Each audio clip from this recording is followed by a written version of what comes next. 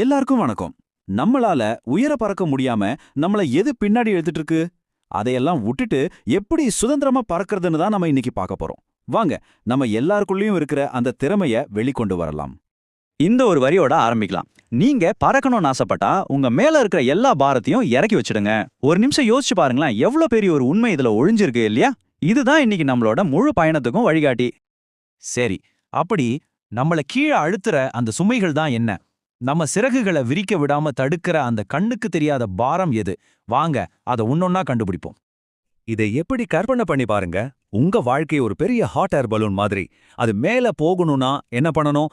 அதுல கட்டி வச்சிருக்கிற மணல் மூட்டைகளை ஒவ்வொன்னா கழட்டி விடணும். அப்பதான் அது உயர பறக்கும். நம்ம வாழ்க்கையும் அப்படிதான். மேல போகணும்னா சில சுமைகளை நாம இறக்கி வச்சுதான் ஆகணும். ஓகே, இப்போ பகுதிக்குள்ள போலாம். அந்த மணல் மூட்டைகள் என்னென்ன? நம்ம கண்ணுக்கே தெரியாம நம்மள தரையோட கட்டி போடுற அந்த பாரங்கள் என்னென்னு பார்க்கலாம் வாங்க. முக்கியமா பாத்தீங்கன்னா 3 சுமைகள் இருக்கு. முதல்ல நம்மள விடாம துரத்துற நம்மளோட கடந்த காலம். 2வது ஊர் என்ன சொல்லும்னு நம்ம பயப்படுறோமே அந்த பாரம். 3வது இது எல்லாத்தையும் விட ரொம்ப மோசமானது, நமக்கே நம்ம மேல இருக்கிற சந்தேகம். முதல் சுமை கடந்த காலம். நேத்து நடந்த ஒரு அவமானம், ஒரு தோல்வி, இதையெல்லாம் நம்ம ஒரு பொக்கிஷ மாதிரி புடிச்சுக்கிட்டு இருக்கோம். ஆனா ஒன்னு நல்லா புரிஞ்சுக்கோங்க. உடைஞ்ச கண்ணாடிய எவ்வளவு இறுக்கமா பிடிக்கிறீங்களோ அவ்வளவு காயம் உங்களுக்கு தான். ரத்தம் உங்க கையிலிருந்து தான் வரும். சோ அந்த உடைஞ்ச கடந்த காலத்தை தூக்கி போடுங்க. அடுத்து மத்தவங்களோட கருத்து. அவங்க என்ன நினைப்பாங்க, இவங்க என்ன சொல்லுவாங்க? இதுதாங்க உலகத்திலேயே மிகப்பெரிய சுமை. இது எதுக்கு சமம் தெரியுமா? உங்க வாழ்க்கையோட ரிமோட் கண்ட்ரோலை அடுத்தவங்க கையில கொடுக்கறதுக்கு சமம். அவங்க சேனல் மாத்திரம் நீங்க மாறிக்கிட்டே இருக்க வேண்டியதுதான். 3வது ரொம்ப ரொம்ப ஆபத்தான சுமை சுய சந்தேகம். நம்ம மனசுக்குள்ளேயே ஒரு கேள்வி வரும், என்னால முடியுமா? நான் இதுக்கு தகுதியானவன் தானா?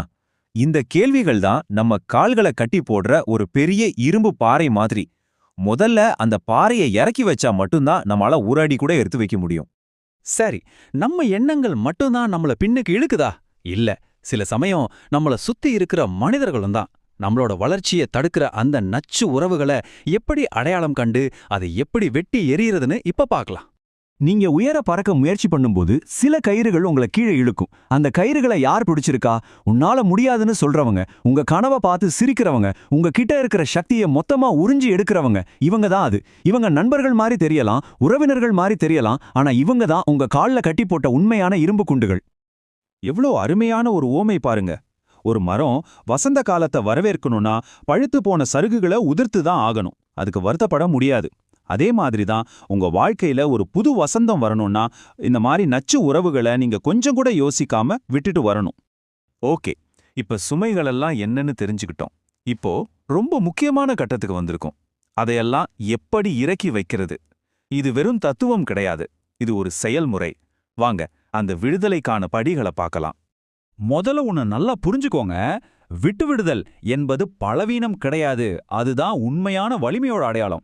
ஒரு விஷயத்த இறுக பிடிச்சுக்கிட்டு இருக்கிறத விட அதை விடுவிக்கிறதுக்கு தான் அதிக சக்தி தேவைப்படும். அது ஒரு புத்திசாலித்தனமான முடிவு. இதோ 3 சிம்பிளான ஆனா ரொம்ப பவர்ஃபுல்லான படிகள் இருக்கு. 1 மன்னியுங்க. 2 ஏத்துக்கோங்க. 3 ரொம்ப ரொம்ப முக்கியமானது, நிகழ்காலத்துல வாழுங்க. மன்னிப்பை பத்தி பேசும்போது இந்த மேற்கோள் ரொம்ப முக்கியம். கோபத்தை புடிச்சுக்கிட்டு இருக்கிறது நாமளே விஷத்தை குடிச்சுக்கிட்டு அடுத்தவன் சாகணும்னு எதிர்பார்க்கிற மாதிரி. பாத்தீங்களா? சோ உங்களை காயப்படுத்தினவங்கள மன்னிச்சிடுங்க, அவங்களுக்காக இல்ல, உங்களுக்காக.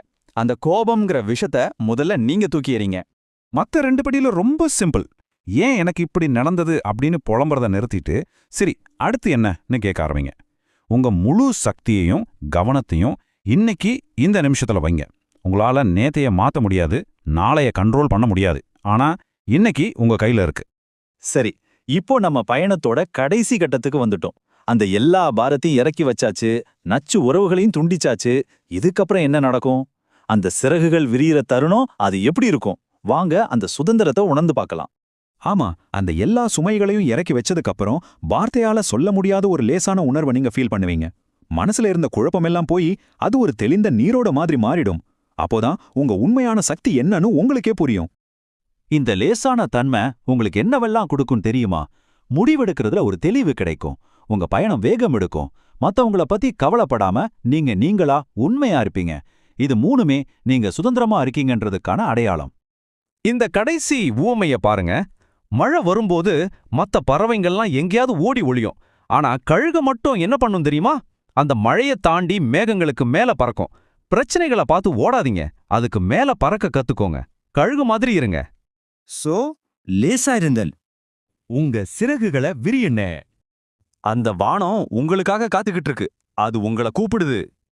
இப்ப சொல்லுங்க, உங்கள அழுத்துற எல்லாத்தையும் தூக்கி எறிஞ்சிட்டு அந்த பரந்த வானத்துல பறக்கிறதுக்கு நீங்க தயாரா?